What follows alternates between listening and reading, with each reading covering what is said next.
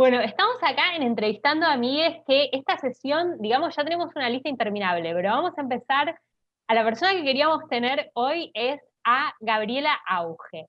Gaby Auge ya, digamos, ¡Pará! es una persona... Aplausos. Gaby estudió con nosotras en la Universidad Nacional de Quilmes, pero mientras nosotros hacíamos digamos, un camino un poco más de, ay, bueno, nos encantan las bacterias, nos encanta, esta es la típica, Gaby hizo otra cosa. Y ella dijo, ustedes no entienden nada, yo me voy para la parte que está realmente buena, y acá la dejo a ella que nos cuente qué es lo que hace. Hola, gracias por invitarme. No, gracias a vos. Yo soy, a ver, mi título dice otra cosa, pero yo me considero bióloga de plantas. Los amigos más cercanos, te autopercibís bióloga de autopercibo plantas. bióloga de plantas, y algún que otro me dice que hablo con las plantas y que soy una planta y cosas así. Pero, a ver, las plantas son muy, muy, muy interesantes, hacen cosas maravillosas, y obviamente les voy a decir un montón de cosas que hacen las plantas. Estaríamos ante la presencia de una persona patológicamente apasionada por la clorofila, en este caso sería. Para, ¿las plantas se mueven? ¿Ellas se mueven? Acá Sí. vamos a empezar a desmistificar. Contá. Y a preguntar Las plantas se también. se mueven bastante lento, mucho más, a ver, como nosotros percibimos movimiento de mover la mano, decir hola, caminar y todo eso, no, las plantas se mueven mucho más lento, lo hacen en ritmos por ahí diarios.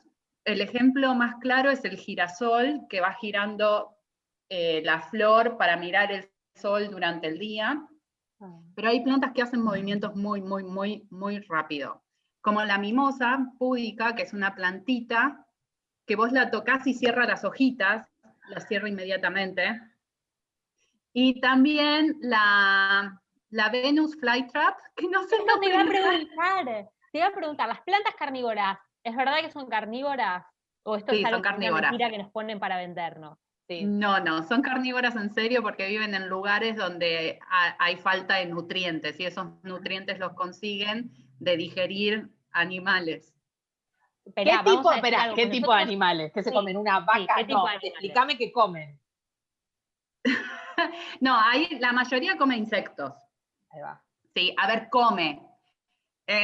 Atrapa insectos y los va digiriendo de muy poquito. Pero hay otras que tienen como una vasijita, que algunas son bastante más grandes, donde a veces se meten ratoncitos o murciélagos, cosas así, y no pueden salir y terminan siendo digeridos. O sea, tarda muchísimo tiempo. Pero... ¿Vos me estás diciendo que una flor se clava a Fievel, ponele?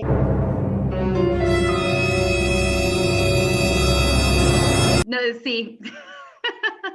Para, plantas como las plantas engañan a los animales de una manera, no tienen idea. Contá. Ya de por sí las plantas nos hicieron dependientes de ellas con la domesticación y los cultivos hace miles de años, pero además las plantas los engañan a los animales con olores, con formas, con olores, a ver, a los polinizadores. Hay plantas que tienen olor a carne podrida, flores que tienen olor a carne podrida para atraer moscas, por ejemplo. Yo tengo hay un cactus que tiene una flor re linda que se abre así, que es tipo una estrella marrón, un olor, pero una esputza te larga, es hermosa, y te acercás y decís, ay, qué engaño, viejo. Pero ¿y ella para qué está alargando? Y lo larga, por ejemplo, eso que está alargando es olor a podrido, ¿es porque detecta que ahí en el balcón de Nadia hay 3 moscas que quiere agarrar? ¿O por qué larga eso? No, porque hicieron un proceso de coevolución con insectos, entonces es como un mutualismo, ¿sí? Que la planta saca el beneficio o sea, al producir estas esencias, estos olores que son similares a carne en putrefacción, atraen a las moscas que se alimentan de carne podrida, Entonces la mosca empieza a buscar la carne, no la encuentra, pero en el medio agarra todo el polen, entonces va y se va a otra flor que tiene olor a podrido, la poliniza. Sí, las plantas engañan muy bien a los insectos. Engañan una mosca. Uno de los beneficios que a veces tienen las moscas es que esas flores pueden ser un buen lugar para poner huevos y que crezcan las larvas y estén a salvo de depredadores. Entonces es como un beneficio mutuo.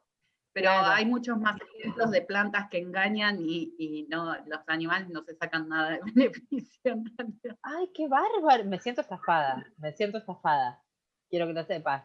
Porque es una planta que te está estafando. Es una planta que te está estafando, ¿entendés? Y en el camino que te estafa se come un ratón. Es una locura, ¿me entendés? Las plantas, porque también es esto, cuidado, porque uno tiene una planta acá, una planta por allá.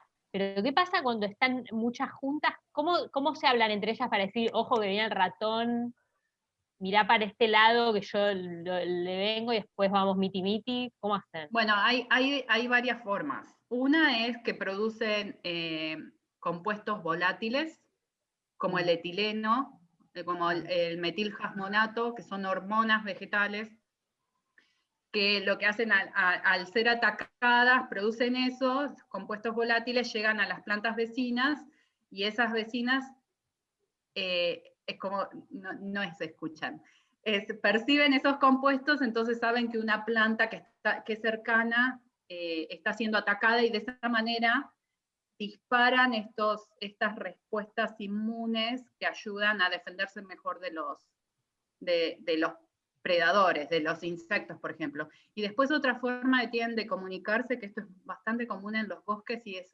sumamente interesante, es bastante nuevo que se ha descubierto, hay redes subterráneas con micorrizas. Micorrizas son hongos que hacen asociaciones con las plantas, que lo que hacen es conectar diferentes individuos abajo del suelo, y a través de esos hongos, los hongos se benefician de esta interacción con las plantas porque obtienen un montón de nutrientes y de compuestos que necesitan para vivir, pero además ayudan a las plantas a pasar información a la distancia, en el suelo. Ah, tienen su propia internet, ¿te querés más? Tienen su propia internet.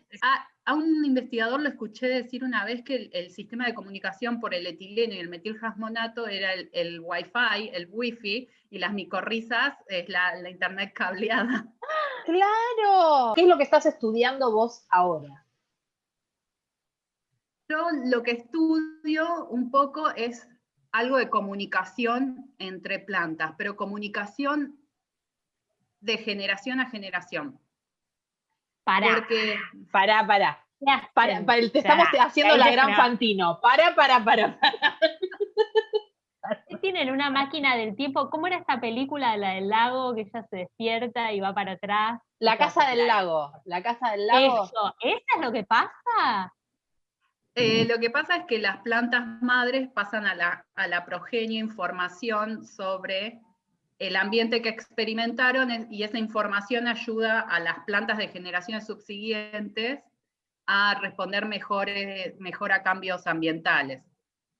Es tu vieja diciéndote, yo sé por qué te lo digo. Yo sé por qué te lo digo y más adelante me lo vas a agradecer. En eso de que las madres y los padres le digan, bueno, hoy va a ser frío, llévate el pullover. No. O, bueno, esta receta viene de generación en generación en familia, pero pasan un montón de información que les puede servir a la progenie o no. A ver, les puede servir mejor para tener mejores respuestas a los cambios en el ambiente, y muchas veces esa información no es útil y hace que la progenie no sobreviva en diferentes condiciones, pero claro, esta información, esta memoria que pasan las plantas madres a los descendientes es muy importante para muchas cosas de la vida de las plantas. Yo no lo puedo creer. Las plantas tienen memoria. Las plantas tienen memoria. Las plantas tienen memoria. ¿Qué es eso? Memoria. Significa que pueden pasar información relevante para la vida y el ciclo de vida de las plantas de una generación a la otra.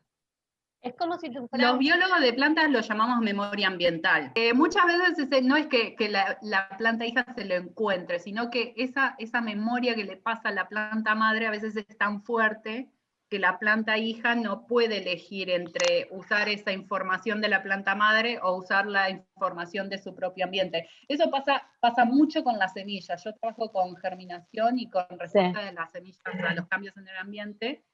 Y la información que les pasa la planta madre a las semillas durante el proceso de germinación tiene un efecto muy importante para determinar el momento en que las semillas germinan. Claro, la culpa, le pasa culpa también. Pues cuando viene con culpa, te lo acordás, es así. No te lo olvidás más. Si viene con culpa, te lo acordás para siempre. Es como que le dice, esa chica no te conviene y le queda resonando. Y entonces está esa disyuntiva de me junto con esta amiga, pero a mi mamá no le gusta esta amiga y es todo un problema. Exacto. Pobre planta. Es una cuestión existencial a la planta. No, yo le estoy, la verdad que ahora yo veo a mi pobre helecho que está mustio, porque yo la verdad es que no le doy mucha bola a mis plantas, sobreviven. Soy una madre abandónica, ahora que lo estoy pensando. Una vez me dijo que los diferentes fenotipos son como personalidades. Que una planta que tiene un determinado fenotipo tiene una personalidad especial.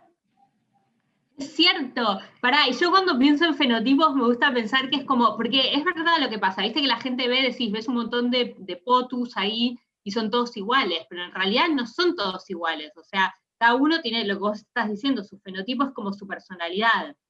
Sí. Hay una que no le va a gustar tanto estar en un rincón de la casa y otra que le va a gustar estar en el balcón y cosas así.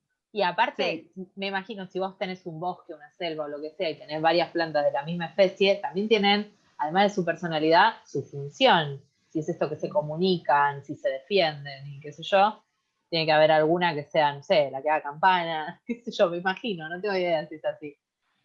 Del reino del arroz, de Japón, China, Oriente, no sé qué, que el arroz es la base de la vida.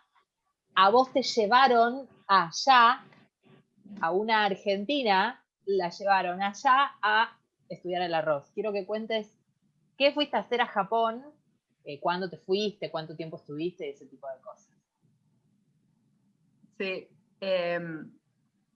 Yo acá, bueno, cuando trabajé con muchas especies a lo largo de mi carrera científica, pero últimamente vengo trabajando con una especie modelo que se llama Arabidopsis thaliana, y todo esto de memoria ambiental lo vine estudiando en esta especie. Uh-huh.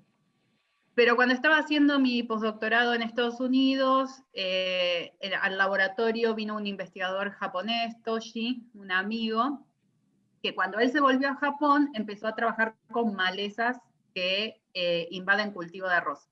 Entonces, en un momento nos pusimos a hablar si no estaría bueno empezar a estudiar esta memoria ambiental en malezas, y fue así que juntos pensamos un proyecto para estudiar arroz maleza. El arroz maleza es la misma especie que el arroz cultivado, el arroz que comemos, pero que sufrió un proceso de domesticación. Se asilvestró, digamos. Obtuvo, a medida que nosotros íbamos usando el arroz para cultivar, hubo variedades que obtuvieron caracteres que son importantes como maleza, ¿sí? Pasó a la clandestinidad, es un arroz que pasó a la clandestinidad. Sí. Y una de esas caracteres es que las semillas caen a la madurez. Uno no las puede cosechar porque las semillas se caen al suelo. Y compite muy bien, el arroz maleza compite muy bien con el arroz cultivado. Y una de las cosas que vimos con Toshi es que el arroz maleza es mucho más sensible a los cambios de temperatura que el arroz cultivado. A ver, no es que sea más sensible, sino que esa información pasa a las semillas hijas en el arroz maleza y no en el arroz cultivado. Y lo que vimos es que cuando la temperatura aumenta durante el ciclo de vida de las plantas madre, eso hace que las semillas de arroz maleza se duerman más, eso significa que las semillas, como dice el término, se duerman, permanezcan mucho tiempo en el suelo y las plantulitas emerjan mucho después. Y eso es un problema, porque si las semillas entran en el banco de semillas del suelo, eso quiere decir que el arroz maleza puede persistir durante muchos años. Y si pensamos en cambio climático, eso también significa que vamos a tener muchos problemas futuros de invasión de arroz maleza en los cultivos de arroz. Entonces, el proyecto que pensamos con Toshi fue empezar a estudiar cuáles son las bases de esa comunicación entre planta madre y planta progenie en el arroz maleza, que no está en el arroz cultivado. Con vistas de, en algún momento, no sé, desarrollar modelos de predicción de emergencia de malezas, de mejor control, porque si uno sabe mejor cuándo las malezas van a emerger, sabe mejor cuándo aplicar los agroquímicos, puede reducir el uso de agroquímicos, puede reducir los costos de manejo de cultivo y puede aumentar la producción del cultivo. Y si consideramos que el arroz es la fuente de energía, de alimentación casi básica de 1/3 de la población mundial, asegurar la producción de arroz es como sumamente importante. Es una buena idea. Así que me fui 6 meses a Japón a trabajar con Toshi, en el Naro, que vendría a ser como el INTA de Japón, y comí mucho arroz. ¿Vos por qué se te cantó empezar a estudiar plantas? Allá en los inicios. Y yo, en realidad, cuando empecé a estudiar biotecnología, junto con ustedes, lo que quería era trabajar con virus de RNA y trabajar con vacunas, desarrollo de vacunas. Hasta que un día, en fisiología general, tuvimos un práctico, allá lejos y hace tiempo, ya no lo hacen más, lo dejaron hacer hace muchos años, de respuesta de plantas a hormonas, que lo dio Guillermo, Willy. Claro, yo quedé fascinada con las cebadas y los trigos respondiendo, o sea, se elongaban más cuando le agregabas un tipo de hormonas. Y yo dije, tengo que aprender más de esto. Entonces después hice todas las 2 materias que había. Teníamos 2, sí. Que había, fisiología vegetal y biotecnología vegetal, ahí en Quilmes, y cuando hice fisiología vegetal y conocí a Guillermo Santamaría, que era el profesor en ese momento, dije, esto es lo mío.